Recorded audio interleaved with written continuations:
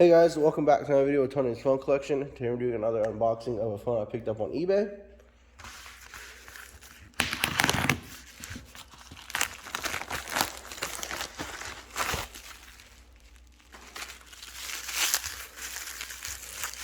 Let's take a look at it and see what we got.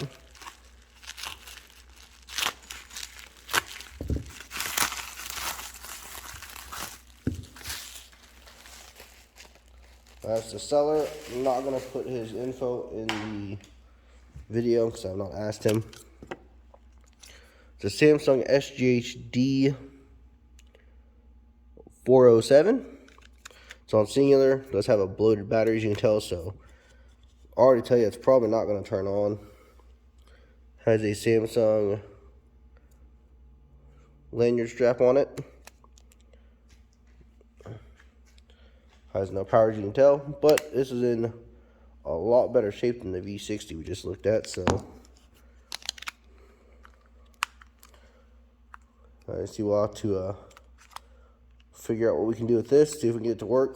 Probably just needs a different battery, to be honest.